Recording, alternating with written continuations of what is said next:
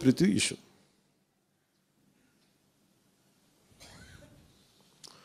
పండ్లున్న చెట్టుగా రాళ్ళు పడతాయంటారు. ఎవరైతే చేయూతనిస్తారో, ఎవరైతే ఆధారం ఇస్తారో వాళ్ళని తిడితే ఎట్లాగా? అసలు ఈరోజు సుగాలి ప్రీతి అనే కేసు ఎలా ఎక్కడి నుంచి బయటకు వచ్చింది మీరు చెప్పండి. ఇలాంటి అన్యాయం జరిగిందని ఎవరికి తెలుసు? ఈ రోజున గత ప్రభుత్వం 2019, 2024లో ఒక ప్రభుత్వం మీద, అప్పుడు ముఖ్యమంత్రి మీద మాట్లాడటానికి అసలు ఎవరికైనా ధైర్యం ఉందా? ఒక ముఖ్యమంత్రిని ఒక మాజీ ముఖ్యమంత్రిని ఆ టైంలో అరెస్ట్ చేస్తే రావడానికి ఎవరు లేరు రోడ్ల మీద. అలాంటి పరిస్థితుల్లో ఓడిపోయి 2 చోట్ల ఓడిపోయి ఉన్న ఒక ఎమ్మెల్యే వాళ్ళ పార్టీకి వెళ్ళిపోతే ఏ మానసిక స్థైర్యం, ఏ ధైర్యం, ఏది ఉంటుంది చెప్పండి ఎవరికైనా? మరి అలాంటి సమయంలో నేను ఒక తల్లి పడ్డ వేదన తీసుకున్నా. నాకే సరదానా 2 లక్షల మంది జనం మధ్యలో నడుచుకుంటూ వెళ్ళి ఆ సమస్యను హైలైట్ చేసి వాళ్ళు సిబిఐకి ఇచ్చారు. సిబిఐకి ఇస్తే మన ఇంటర్నల్ పేపర్ వర్క్ మనకి ఎలా తెలుస్తుంది?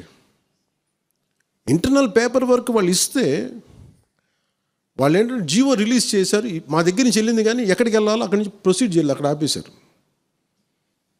హోంశాఖ నుంచి వెళ్ళింది సెక్రటేరియట్లో ఎక్కడో నెక్స్ట్ ఫైల్ ఢిల్లీకి వెళ్ళాల్సిన అక్కడ ఆపేశారు. మేము హోంమంత్రికి సిబిఐకి పంపించేసాం అంటే లెటర్ చేశారు, లాక్ చేసి లాకర్లో పెట్టారు. ఇది జరిగింది. ఈ ప్రాసెస్లో ఏం చేశారు, వాళ్ళకి ఈ కేసు కొంచెం సెన్సిటివ్ కేసు కాబట్టి మీకు చెప్తాను. సుగాలి ప్రీతి నేను ఎందుకు కొంచెం సున్నితంగా మాట్లాడాలి ఈ విషయం ఏదంటే, మీకు ఒక అన్యాయం జరిగినప్పుడు, ఎవరికైనా ఒక అన్యాయం జరిగినప్పుడు మనం ఏం చేస్తామంటే, నాకు ఆ వ్యక్తికి శిక్ష పడాలి, ఇంకింతే ఉండాలి. వాళ్ళు ఏం చెప్తున్నారంటే, ఎవరైతే వీళ్ళు వెనుకున్నారో, మరి గవర్నమెంట్ ద్వారా వచ్చారు, గత ప్రభుత్వం ఎలా వచ్చారో, వాళ్ళు ఏం చేశారంటే, మనం పెట్టిన ఒత్తిడి ఆ రోజు 2 లక్షల మంది మనం జనంతో తీసుకెళ్ళి అది నేషన్ వైడ్ ఇష్యూ అయ్యేటప్పటికి వాళ్ళు చేసింది ఏంటంటే, మనం చేసిన పోరాటం వల్లే ఎస్సీ ఎస్టీ అట్రాసిటీ కేసు బాధితులకు చట్ట ప్రకారం ఇచ్చే ప్రయోజనాలు, పరిహారాలు వారి కుటుంబానికి దక్కాయి. కర్నూలు రూరల్ మండలం దిన్నెదేవరపాడులో 5 ఎకరాల వ్యవసాయ భూమిని కేటాయింపబడింది.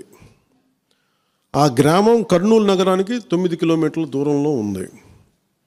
ఈ రోజున మార్కెట్ వాల్యూ కనీసం ఎకరాకి అది వాళ్ళు చెప్పడం మీరు క్రాస్ చెక్ చేసుకుని 2 కోట్ల వరకు ఉంటుందని చెప్తా ఉన్నారు. వీరి కుటుంబానికి కర్నూలు కార్పొరేషన్లో కల్లూరు వద్ద 5 సెంట్ల ఇంటి స్థలాన్ని కేటాయింపు చేసిన ప్రభుత్వం. సెంటు 10 లక్షల నుంచి 15 లక్షల వరకు ఉంటుంది.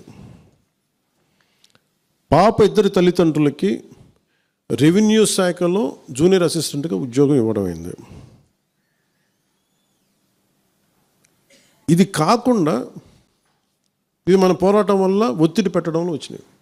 ఇవి కాకుండా నేను ఫస్ట్ టైం ఛార్జ్ తీసుకోగానే మొదట చెప్పిన మాట, పాపకి న్యాయం జరగాలి, ఏమేమి జరిగిందని సిఐడి చీఫ్ని నేనే తెలియజేశాను. డీజీపీ గారికి పంపించాను, అప్పుడు డీజీపీ గారికి తిరుమలరావు గారు, అలాగే సిఐడి అధికారులకు చెప్పాను, ఉన్నతాధికారికి, హోమ్ మినిస్టర్ గారికి చెప్పాం.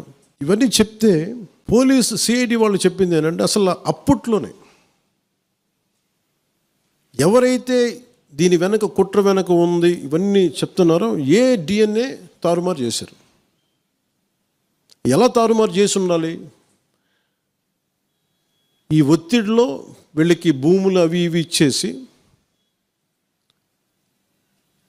మరి ఏం చెప్పారు నాకు తెలియదు కానీ వాళ్ళు, నాకు తెలిసి వాళ్ళు ఈరోజు పోలీసు చెప్తుంది ఏంటంటే, సాక్ష్యాలు వీళ్ళు చెప్తున్న వ్యక్తుల మీద వాళ్ళ డిఎన్ఏకి దీనికి మ్యాచ్ కావట్లేదు.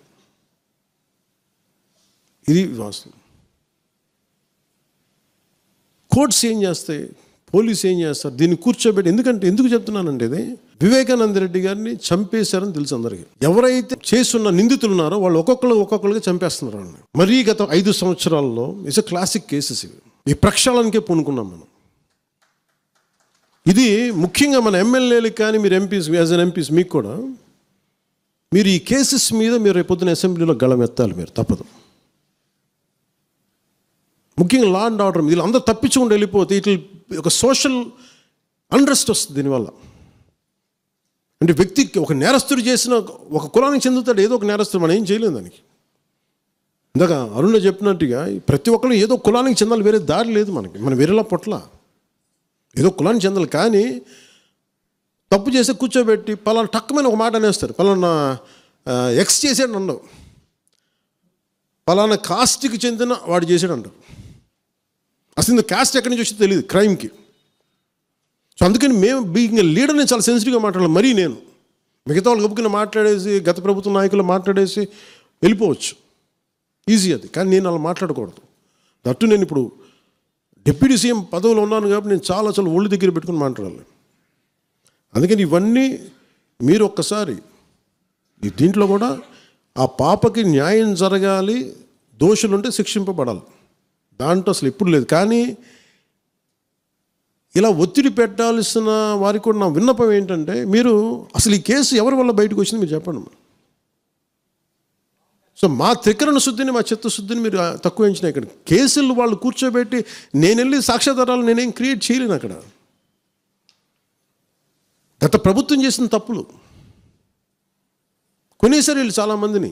మరి ఏం కొన్నారు, ఎలా కొన్నారు, దీని మీద కేసు పెట్టాలి. ది లెట్ ఎంటైర్, ఇది నా ఒక్కడి కేసు కాదు, ఇది ఎంటైర్ సొసైటీకి ఇది సిచ్యువేషన్. మీరందరూ కూర్చొని ఒకసారి మన ఎమ్మెల్యేస్ అందరూ కూడా, మన నాయకులందరూ కూర్చోబెట్టి you try to take it to home minister గారు, including law and order CM గారి దృష్టిలో చేతిలో ఉంటుంది. కాబట్టి మీరు ఇంతకుమించి దీని మీద మాట్లాడకూడదు. ఎందుకంటే నేను శిక్ష పడాలని కోరుకుంటాను. ఇంతకుమించి కాకపోతే ఏమైపోతుంది, నా మీద నన్ను లాగడం చాలా తేలిక అందరికీ. ఎందుకంటే నేను మెత్తని మనిషిని కదా, నా మీద రాళ్ళు వేసేయండి ఈజీ, నా చొక్కా పట్టుకొని ఈజీ. అదే గత ప్రభుత్వం ముఖ్యమంత్రిని పట్టుకోమని చెప్పండి, ధైర్యం కూడా చేయరు, ఇప్పటికీ ధైర్యం చేయరు. ఎందుకంటే వాళ్ళ మనుషులు ఇళ్లలోకి వచ్చి కొడతారు, క్రిమినల్స్ వచ్చి ఇళ్లలోకి వచ్చి కొడతారు, చంపేస్తారని భయం. మనం ప్రజాస్వామ్యం కదా, మనం భరించాలి. అందుకని దయచేసి దీన్ని మీరు ఒకసారి కూర్చోబెట్టి ఒకసారి మన గౌరవ శాసనసభ్యులు, మంత్రివర్గ సహచరులు, లెజిస్లేటివ్ కౌన్సిల్ మెంబర్స్, పార్టీ నాయకులు అందరూ దీని మీద ఒకసారి, స్పోక్స్ పర్సన్స్, వీర మహిళ నాయకులు, మీరందరూ ఒక్కసారి కూర్చోబెట్టి ప్రతి ఒక్కరు కూడా దీని మీద, ఇది ఎందుకంటే ఇది ఒక కేసుగా చూడకండి, ఇది గర్ల్ చైల్డ్ తాలూకు ప్రొటెక్షన్ చాలా ఎసెన్షియల్. అందుకని దీన్ని సోషల్ మీడియా యాక్ట్ కానీ ఇవన్నీ మాట్లాడాలని పొద్దున్న నిర్ణయించుకున్నాం. ఇది ఒకసారి మీ దృష్టికి తీసుకొస్తాం.